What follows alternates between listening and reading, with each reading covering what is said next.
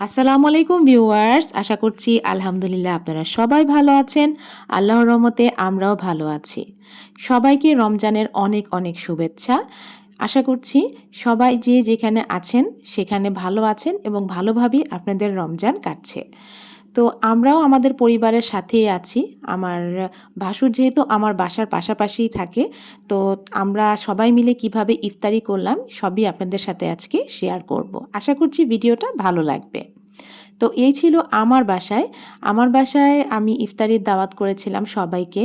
আর সেখানে আমার ভাসুর, যা, তার পুরা পরিবার এবং আমার বড় চাচা শ্বশুরের বড় মেয়ে ফৈদাবু এবং তার ছেলে এসছিল। আর আমার শ্বশুরও আছেন। আর সবার মধ্যে দুইজনকে আর কি মিস করছিলাম। এক হচ্ছে আমার শাশুড়ি, যে ১ বছর হয়ে যাচ্ছে দুনিয়া থেকে বিদায় নিয়েছেন।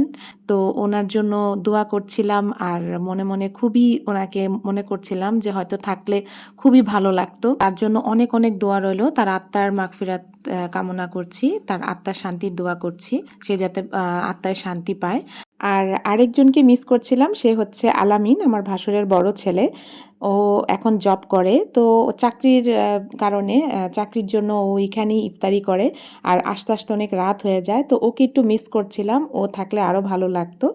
তো ও যখন নেই তখন আর কি করার, ওর জন্য সব কিছু আমি ইফতারি যা যা তৈরি করেছি সব কিছুই গুছিয়ে দিয়ে দিয়েছিলাম, ও রাতে আসার পরে সেগুলো খাবে। আর এখানেই দেখতে পাচ্ছেন আমি ইফতারি তৈরি করেছিলাম বেগুনির চপ, কিমা চপ, ডিম চপ আর কিছু হালকা ফল ছিল।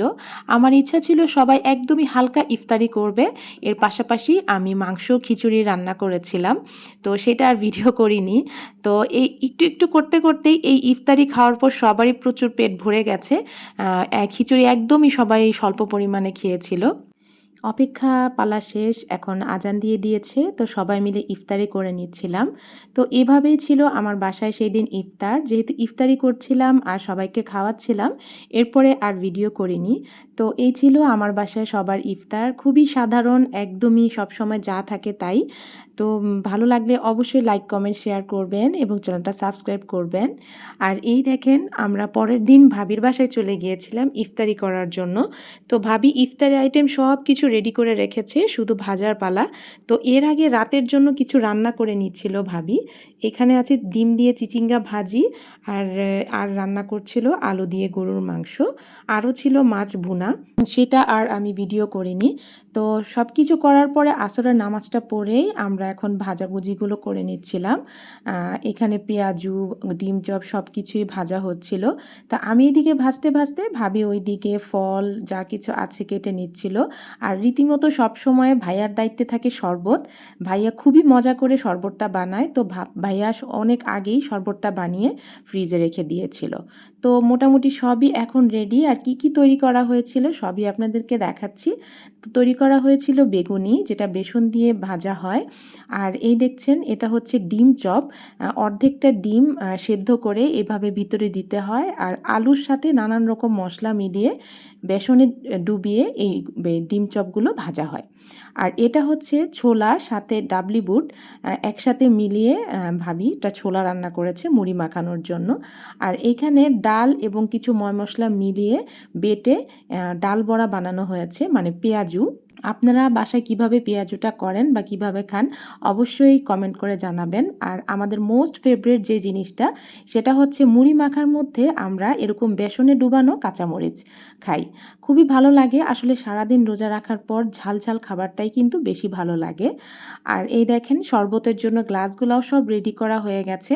মোট কথা ইতিকা ভাবি সব কিছুই রেডি করে ফেলেছে। আমি আসার পর শুধুমাত্র একটু ভাজাভুজো করেছি, আর এই যে আপনাদের জন্য ভিডিওটা করছিলাম।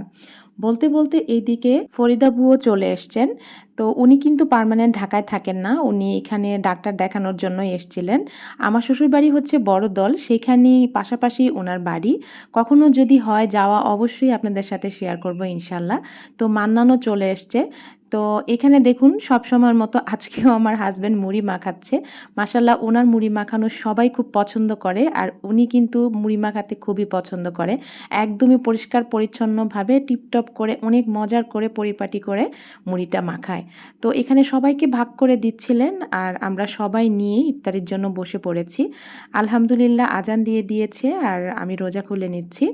তো এই ছিল আমাদের ইফতারের আয়োজন। ভালো লাগলে অবশ্যই লাইক, কমেন্ট, শেয়ার করবেন এবং চ্যানেলটা সাবস্ক্রাইব করতে কিন্তু ভুলবেন না। সাবস্ক্রাইব না করলে কিন্তু আমার ভিডিওগুলো মোটেও আপনারা পাবেন না। বারবার আমার যে কোনো ভিডিও দেখার জন্য অবশ্যই চ্যানেলটা সাবস্ক্রাইব করবেন। আল্লাহ হাফেজ।